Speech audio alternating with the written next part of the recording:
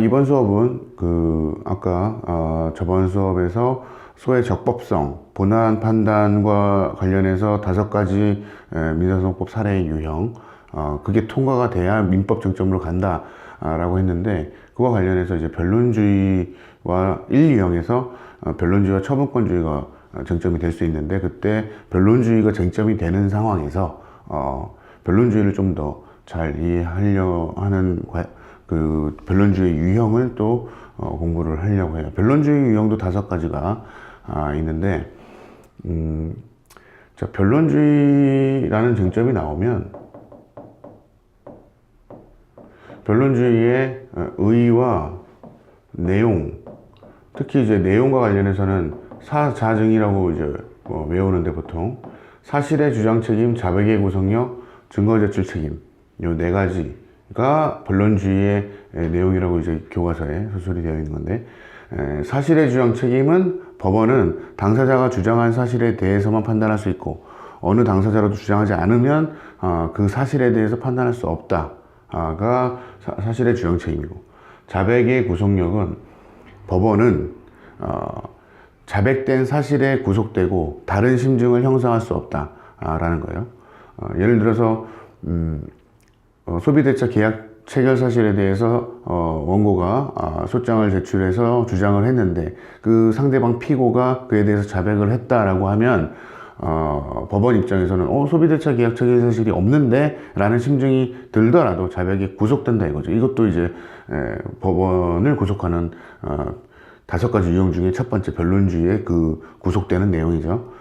증거 제출 책임이란 법원은 원칙적으로 증거의 수집 제출 책임을 당사자들에게 맡기고, 원피고에 맡기고, 법원은 보충적으로만 직권 증거 조사한다 라는 내용이에요.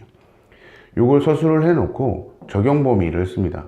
적용 범위라는 거는 이 변론주의가 적용되는 사실이 뭐냐 한데, 사실에는 주요 사실과 간접 사실이 있어요. 물론 보조 사실도 있지만, 보조 사실은 이제 증거 능력과 증명력과 관련된 사실, 주요 사실과 간접 사실 중에 이제 주요 사실에만 변론주의가 적용이 되는데, 이 주요 사실과 간접 사실을 구별을 해줘야 된다. 근데 그게 법규기준설이에요. 통설 판례가.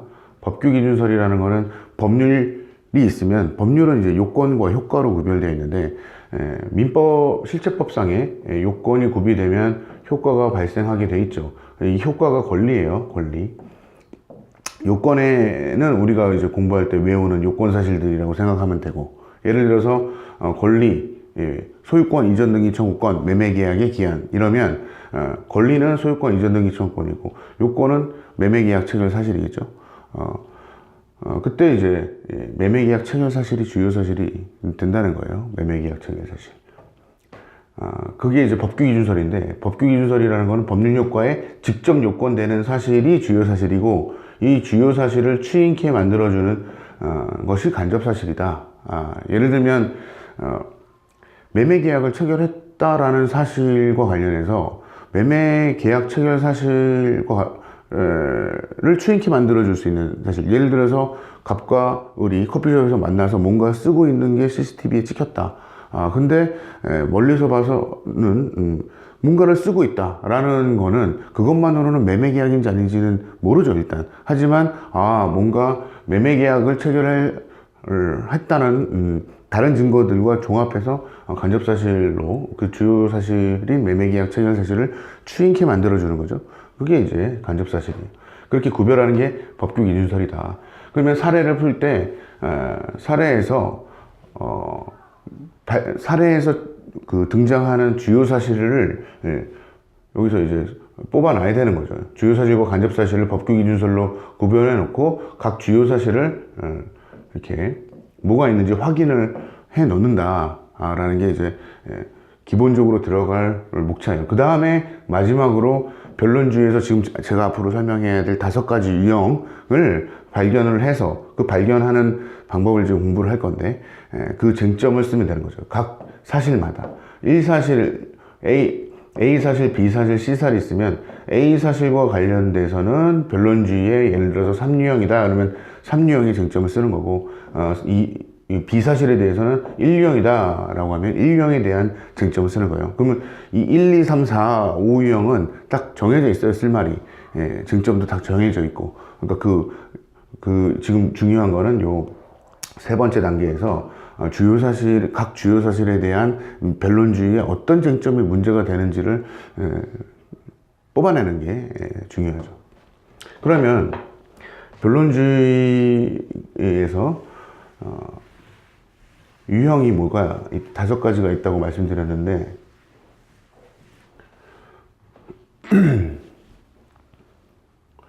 첫 번째, 두 번째, 세 번째, 5가지가 있다고 치면, 자, 사실의 주장 책임, 아까 변론주의 내용이 사실의 주장 책임, 자백의 구속력, 증거 제출 책임이라고 그랬죠. 이때 처음에 확인할 거는 A라는 사실, 주요 사실이 문제가 됐다라고 하면 이 사실이 주장이 됐는지 보는 거야. 주장이 됐는지 확인하는 작업.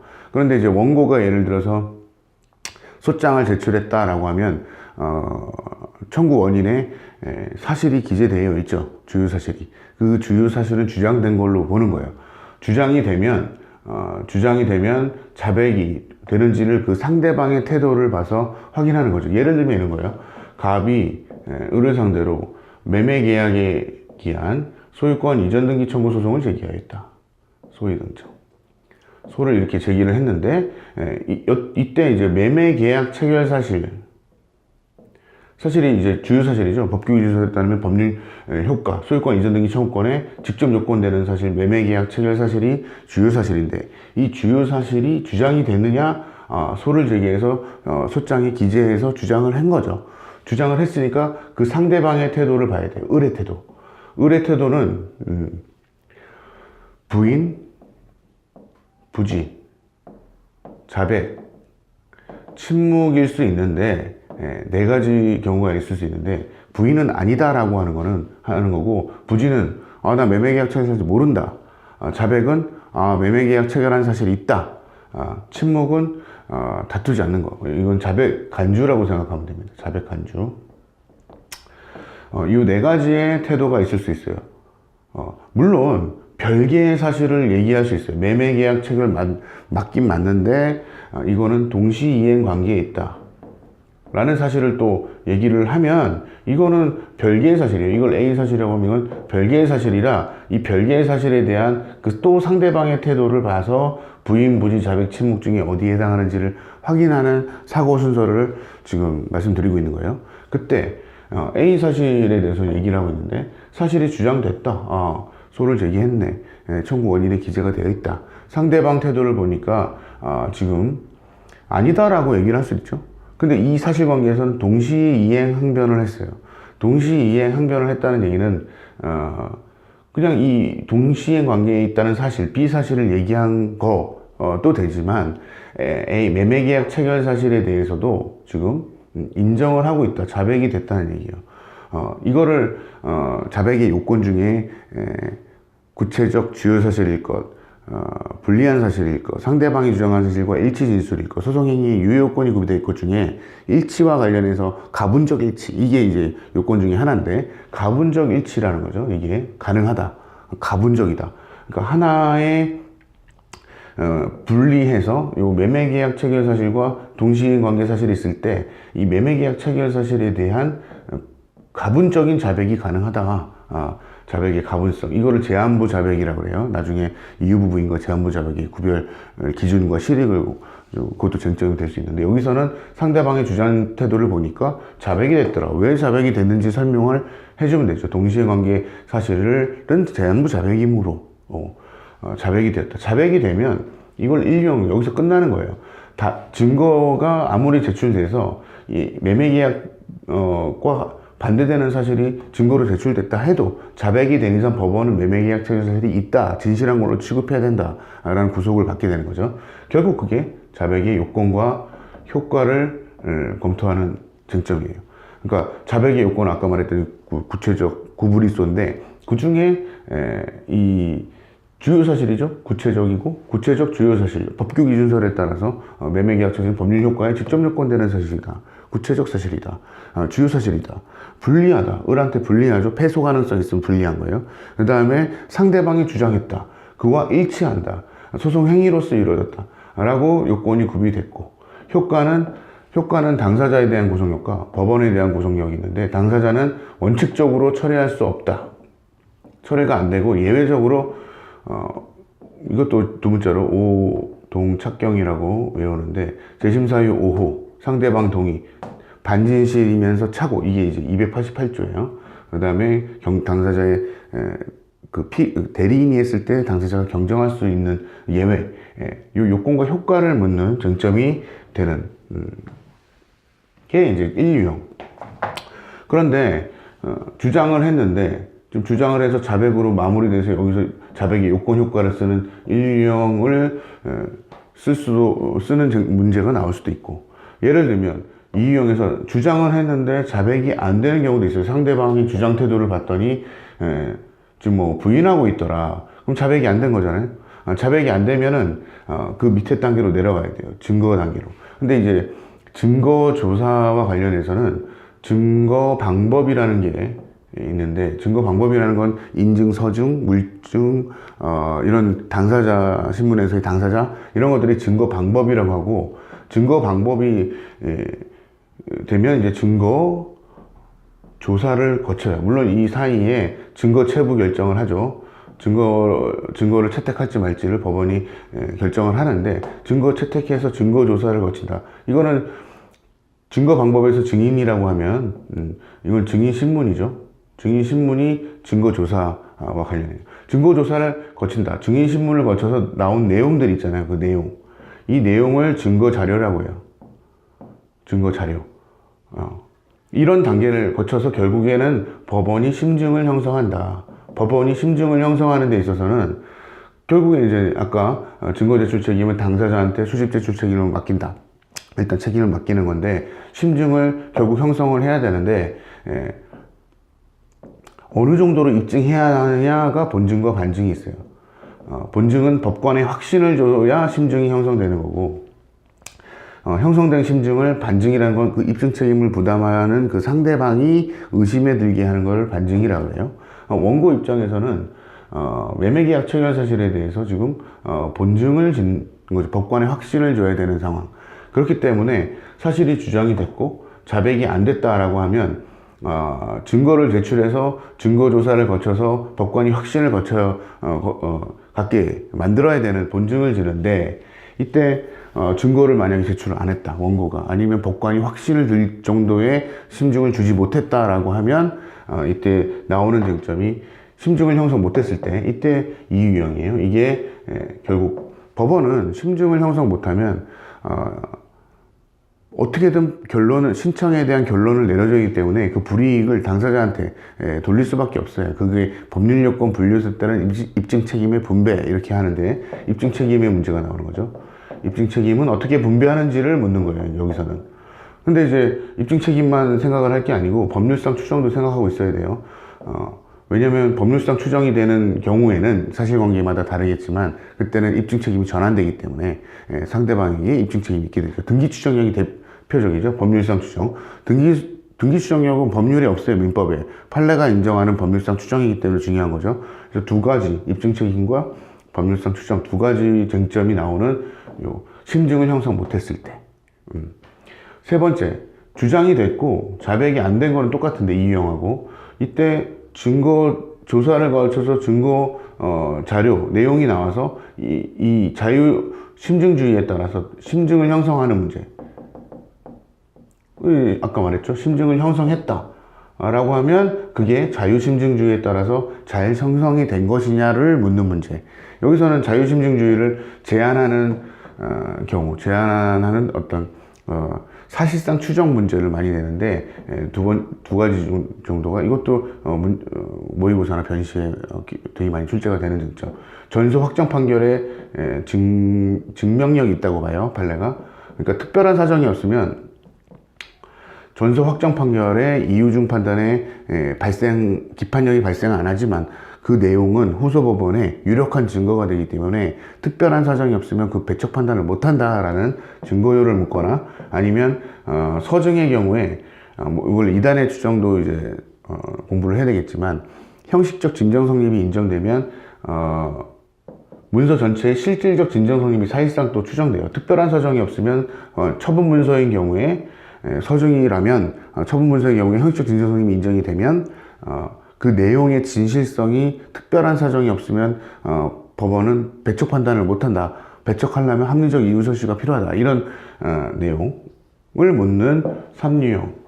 이거는 이제 심증을 사실이 주장됐고 자백이 안 됐고, 그래서 증거가 제출됐는지 봤는데 증거가 제출됐고 법관이 확신을 가졌는데 그 과정 속에서 자유심증주의에 따른 경험칙에 따른 판단이 잘 되었냐, 그와 관련된 쟁점으로 전소 확정 판결의 증명력과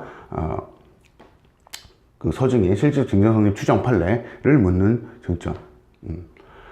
물론 이제 여기서 이제 이 안에서는 자유심증주의에 따라서 증거가 제출됐을 때 이 증거가 만약에 갑이, 원래는 이 예를 들어보면 지금 삼유형의 사실관계에서 갑이 매매계약 체결 사실을 주장을 했다.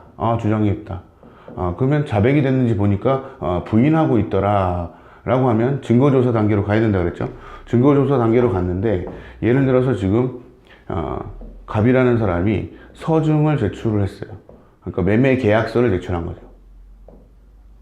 매매계약서를 제출을 했다라고 하면 그리고 형식적 진정 성립이 인정이 된다. 그러니까 그 문서 전체가 의사에서 작성됐다라는 사실이 인정이 됐어요. 그러면 아까 말했던 서증에서는 그 내용의 진실성까지 추정이 되기 때문에 실질 진실성이 추정되죠. 그러니까 법관이 특별한 사정이 없으면 배척 판단을 못 한다는 거예요. 그러니까 자유심증주의에 따라서 어떻게 매매계약서가 제출되면 특별한 사정이 없으면 이 매매계약 체결 사실이 있다라고 판단을 해야 된다는 거죠. 그런 자유심증주의 쟁점. 그 다음에 주장을 안 하는 경우에는, 주장을 안 하면은 사실 원칙적으로는 사실의 주장 책임 때문에 판단을 못 해요. 근데 예외적으로 심증을 형성을 하는 경우가 있다. 예를 들면 이 상황에서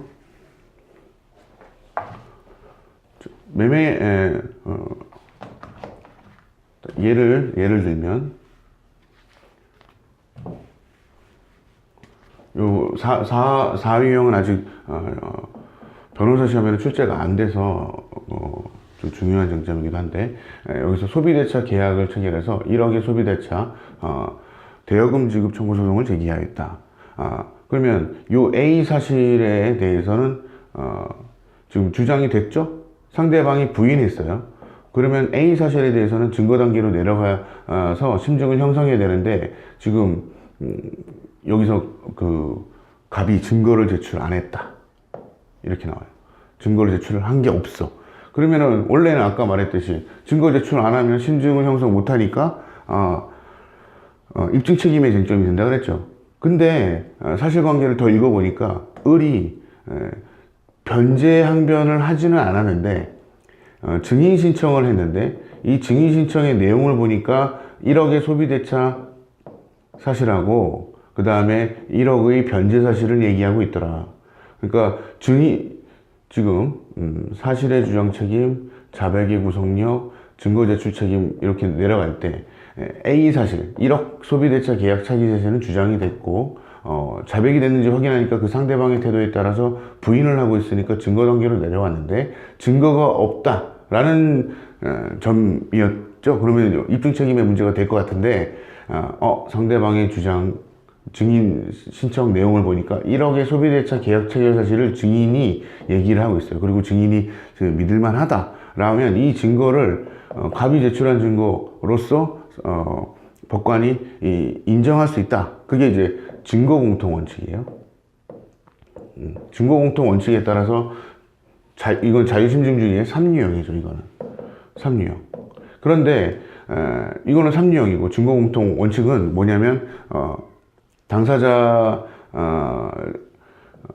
그 증거가 제출됐고 증거의 그 신빙성, 믿을만한가의 증거력의 평가는 법관이 자유에 의한다. 자유심증에 따라 판단을 하는 것이다. 그래서 제출한 사람에게 오히려 불리하게, 제출하지 않은 사람에게 유리하게 판단할 수 있다. 그러니까 갑이 제출을 해야 되는데 제출을 안 했다 하더라도 을이 제출을 했기 때문에 을이 제출한 이 증거를 갑에게 오히려 유리하게 사용할 수 있다라는 증거 공통 원칙인데, 그게 자유심증의 내용이에요. 근데 여기서 변제 사실이 주장이 안 됐잖아요. 변제 사실은 B 사실이라고 별개의 사실인데 주장이 안 됐으면 지금 사유형에 따라서 판단을 못 하는데, 판단을 못 하는데 을이 제출한 증인의 내용 중에 변제 사실이 얘기하고 있다라고 하면 심증이 형성이 가능하잖아요. 이때 심증 형성이 가능하다. 주장은 안 했는데 심증 형성이 가능하다라고 하면 이걸로 원칙적으로는 판단을 못 하지만 예외적으로 묵시적 주장과 간접적 주장의 쟁점이 나올 수 있어요. 그러니까 묵시적 주장이라는 건 주장과 주장이 두 개가 있을 때 하나의 주장 안에 다른 주장이 포함되어 있을 수 있느냐, 그 쟁점이고, 이거는 유권대리 주장 속에 무권대리가 포함되어 있냐, 이 쟁점 판례가 인정하지 않죠. 간접적 주장은 다른 증인 신청 행위, 주장이 아니고 증인 신청 행위로서 주장한 거로 볼 수 있느냐. 여기서 증인을 신청해서 1억의 변제 사실을 얘기했는데 이 증인 신청 행위로 그 변제 사실을 을이 주장했다고 볼 수 있을까의 쟁점이에요. 그게 엄격한 요건 하에 인정이 되는데, 그 요건이 통설은 예방변, 충분히 소송 경과에 비추어서 이런 주장을 할 것이 예상이 됐고, 상대방 방어권에 불이익이 없고 갑에 변론주의를 형이화시키지 않을 정도, 그리고 판례 3개 정도 이렇게 암기해서 쓰는 쟁점으로 사유형이 있다. 오유형은 지금 이거는 1, 2, 3, 4는 어떻게 출석을 해서 주장을 하고 주장을 하지 않고 뭐 이런 얘기들인데, 아예 불출석하거나 출석해서 무변론하는 경우가 있어요. 그거를 기일혜태라고 합니다. 기일혜태. 기일혜태는 쌍방 기일혜태와 일방 기일혜태가 나와요. 그러니까 사실관계에서 뭐 답변서를 제출하지 않았고 불출석했다, 또는 출석하였으나 다투지 않았다, 이런 말이 나오면 기일혜태고, 기일혜태 종류는 쌍방, 일방이 있다. 특히 일방의 기일혜태와 쌍방의 기일혜태는 쌍불치하 268조고, 일방의 기일혜태는 자백간주와 진술간주 둘 중에 하나인데, 자백간주는 자백하고의 차이점을 알아놔야 되고, 자백은 아까 자백의 경우에는 당사자의 구속력이 있어서 처리할 수 없죠. 원칙적으로 오동착경 빼고는. 이거는 자백 간주의 경우에는 처리할 수 있다라는 차이점이 있어요. 진술 간주는 준비 서면을 아예 제출 안 한 게 자백 간주고, 준비 서면을 제출했는데 기일혜태가 됐다, 이러면 준비 서면에 제출된 내용이 진술된 거로 간주해 준다. 이 둘 중 하나의 쟁점으로 나오게 되는 게 5번째 기일혜태 쟁점입니다. 그래서 사실관계에서 지금 해야 될 일은 아까 변론주의의 내용, 의 내용 쓴다 그랬죠. 사자증. 그 다음에 적용 범위 쓴다 그랬죠. 법규 기준설에 따른 주요 사실. 그래서 마지막에서는 이 변론주의 1, 2, 3, 4, 5 중에 어느 쟁점인지를 각 여기 그 두 번째 단계에서 법규 기준설에 따른 주요 사실을 뽑아냈잖아요. 그게 A, B, C다. 그러면 각 A, B, C마다 변론주의의 1유형이다, 2유형이다, 3유형이다, 요거를 판단해서 서술을 해주면 그리고 마지막에는 요 각 사실을 통합해서 결론을 내려주면 돼요. 그러니까 1억 소비대책 예약처실은 자백이 됐다. 변제 사실에 대해서는 변제 사실은 주장을 했는데 입증 책임 문제로 없는 걸로 취급해야 된다. 을한테 불이익하게 돌려야 된다. 이유형으로 문제가 나왔으면 종합하면 어때요? 매매계약 처리 사실은 있고 변제 사실은 없다. 그러니까 청구 인용이라는 결론이 나오겠죠. 이렇게 변론주의를 정리를 해놓으면 어떤 사실관계가 나와도 그 쟁점만 1, 2, 3, 4, 5 중에 판단을 하면 되기 때문에 쉽게 그리고 빠른 시간 안에 풀 수가 있죠. 그렇게 이 부분을 이해하고 변론주의를 공부를 하시기 바랍니다.